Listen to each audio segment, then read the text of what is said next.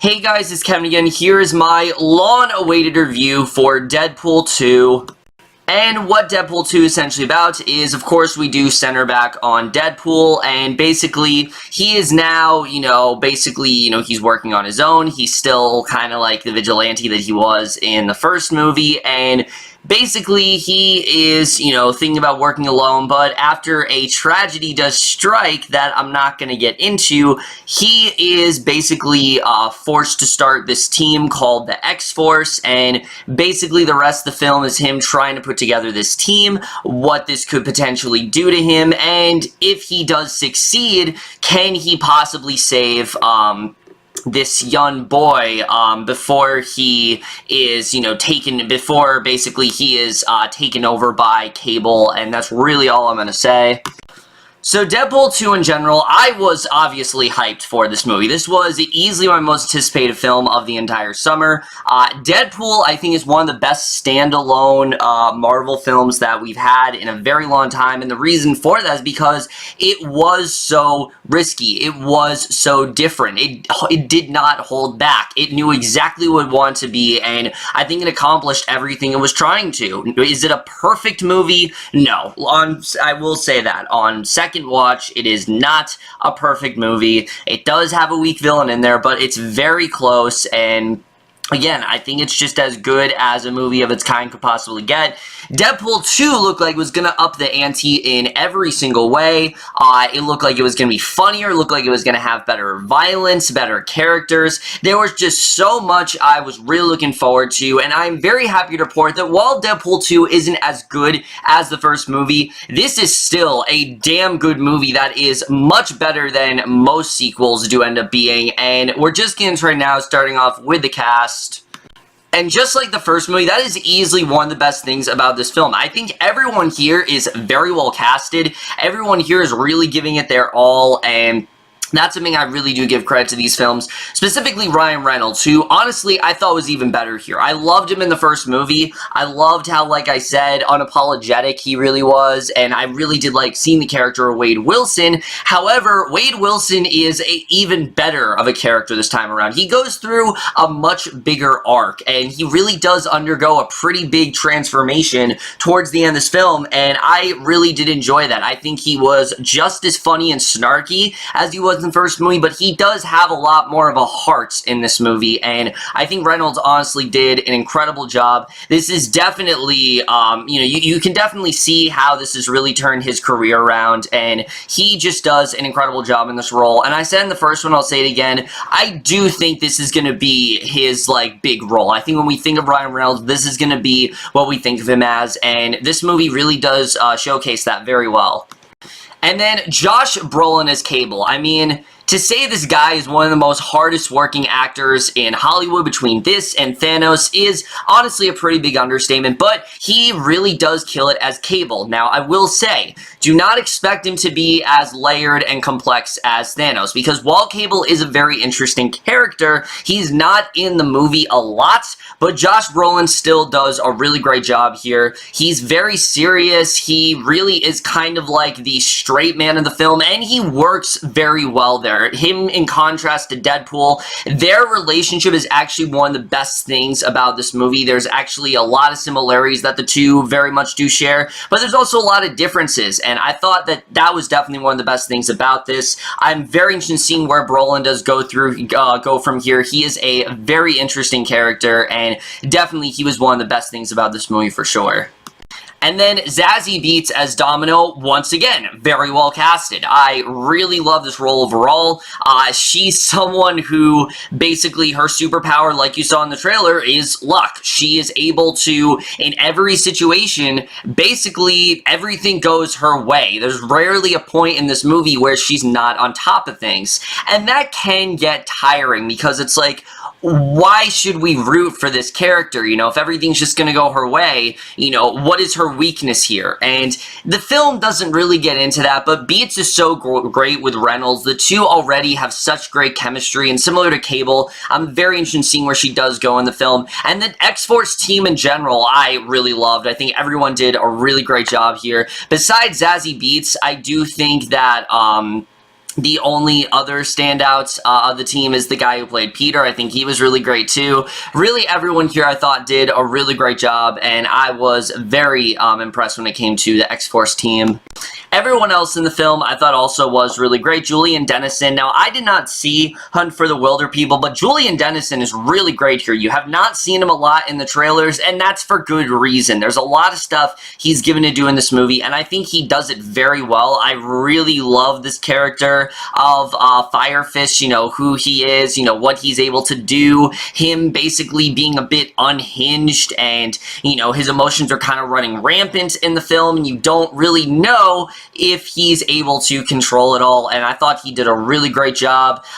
Someone else I really loved here was Karan, or Karan Soni, I think is how you pronounce his name. He was great. I loved him in the first movie, loved him even more here, because they give him a lot more to do. You can tell that they've clearly recognized how much people really love the character of Dopinder, and without spoiling anything, he is basically trying to be Deadpool's sidekick in this movie. He is making so many attempts to basically just go fight with him, and obviously, you know, he can't really do that because of his limitations, and he was great as well. I really love this character.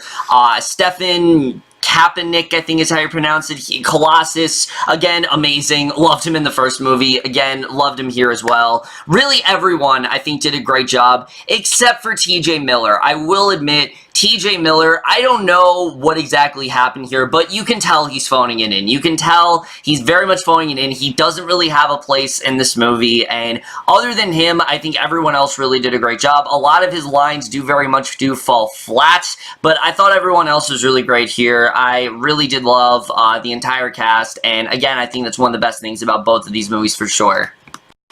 And now let's get to the stuff that I really want to talk about, the directing and the writing, because of course, a lot of people were worried when Tim Miller said he wasn't going to direct the next movie. They thought the tone was going to go away, and I will admit, Deadpool 2, it does have a very different tone from the first one. But that doesn't mean that it's completely different. It's not like David Leitch, you know, just completely stripped everything good about Deadpool away. You do very much have that same snarky tone of the first one. You know, the jokes come even faster this time around. Some of the jokes are those, like, you know, if you hesitate for a second, you know, you can't even hear it because they're just boom, boom, boom, boom, boom. Like, they're so, like, rapid, and I really did love that. It's one of those films where you're gonna have to go back to catch some little side things that maybe Dopinder says, or something that, you know, TJ Miller would say. You know, there are things like that, and I really love what they did there. I thought that was fantastic. But there's also a lot more emotion. There's a much more emotional core to this film that the first one didn't really have. Sure, you did have the romance between him and, you know, you did have the romance there between him and Vanessa, but even more so here, it's much more emotional. It's much more at points heartbreaking, and I really did love the direction they went with that. I thought those two tones worked even better here than they did in the first movie, and I really did enjoy the directing by David Leitch. You can tell this is definitely a director of John Wick, and we'll get to that when we get to the action sequences, things like that, but I thought the directing was really great. The writing, I will admit, is easily my biggest problem with this movie, because, look, the story on its own, I think, is really great. I will definitely say that. I do think the story here is really great. I'm not going to get into what the story actually ends up being, because it is actually a pretty big spoiler. Even though I'm sure most people who want to see this movie probably have already seen it, I'm not going to get into that just yet. I'll get into that soon, but I don't really want to get into what the actual plot of this movie is and things like that. I do think the writing is very strong, but I will admit the first act, it did take me a while to get invested in it. I thought that for a while, it seemed a little bit lost in what it really wanted to do.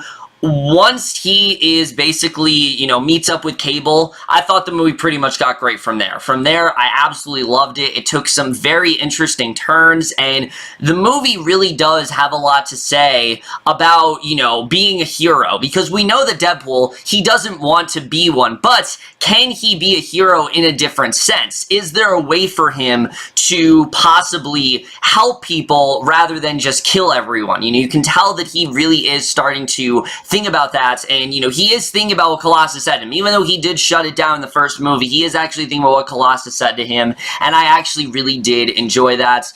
I will admit, though, unlike the first movie, which I do think is better, mainly because of how simplistic it was, I think that is why the first one is a better film overall. This one is a little bit more overcomplicated. There is a lot more characters this time around. There's a lot of stuff going on, and unfortunately, some stuff does get pushed to the back, particularly Briana Hildebrand's character. Now, don't get me wrong, Negasonic Teenage Warhead I already thought didn't have a lot to do in the first movie. Here, I thought even more so. She really doesn't have much to do here at all. She very much seems like she's only here because she's like, kind of like Colossus's sidekick, but that was kind of her role in the first movie. Here, all we know about her in the second movie is that she has this lesbian girlfriend who they seem to have this really great relationship, and, you know, Deadpool, her lesbian girlfriend seems to really like Deadpool, which that is a fun dynamic, but that's really it. There's not really much more for her to do in this movie, and even when it comes to the climax, she doesn't really play a very active role in here. So, again, I really like the actress, I really like the character, but she was very much shortchanged in this movie, and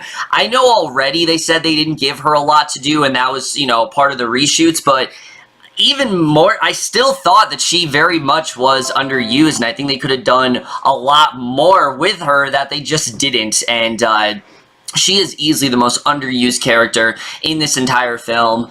As far as cinematography goes, I think it's even better this time around. There are some effects that I will admit are a bit iffy, but it is directed by David Leitch. He knows exactly what he's doing in terms of action, and the action is much more bombastic and memorable and epic. Every single action scene, it gives you exactly what you want. You can tell they had a bigger budget this time around, and I really did love that. I love what they did with the action here. There are some truly memorable scenes, and I really did love them.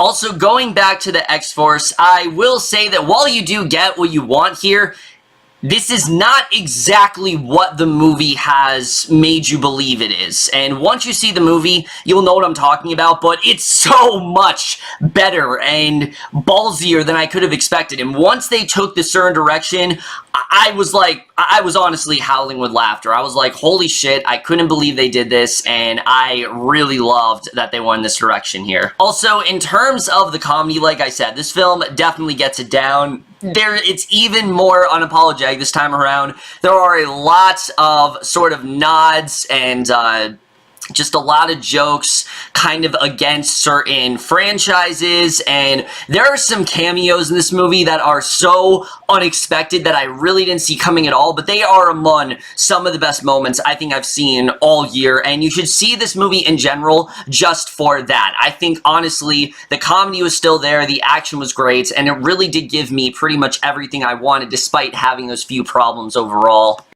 Also, guys, without spoiling anything, the post-credit scene of this movie may very well be the best post-credit scene I've ever seen. Honestly, it might have blew Marvel, you know, the Marvel Cinematic Universe out of the water a little bit, because what they do here, I really was not expecting them to do, and I honestly fucking loved what they did. It was great.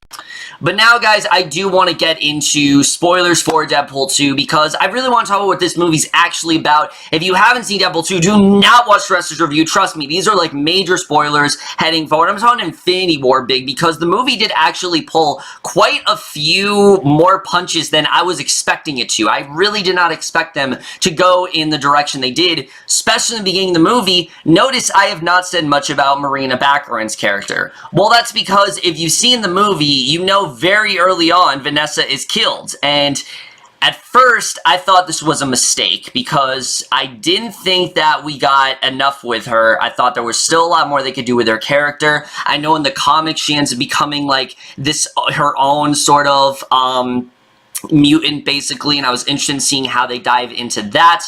But I will admit, once they killed her off, I actually really did like what this did for Wade, because this gave him the, you know, basically once he goes to Russell and everyone is saying, oh, this kid's too far gone, this kid is too far gone, he sees this connection he has with him. He doesn't want Russell to end up like Vanessa. He doesn't want Russell to be a lost cause. He wants to be able to save him. And I really did like how Vanessa Morena really did inspire Wade and caused him to move forward and want to help others rather than kill everyone, and I really did love that. And I think the chemistry between those two, it was very much still there. I really enjoyed it. But then we get to, of course, the second half of this movie when at first we think Cable is a villain. We think he's going to be the big villain in the film.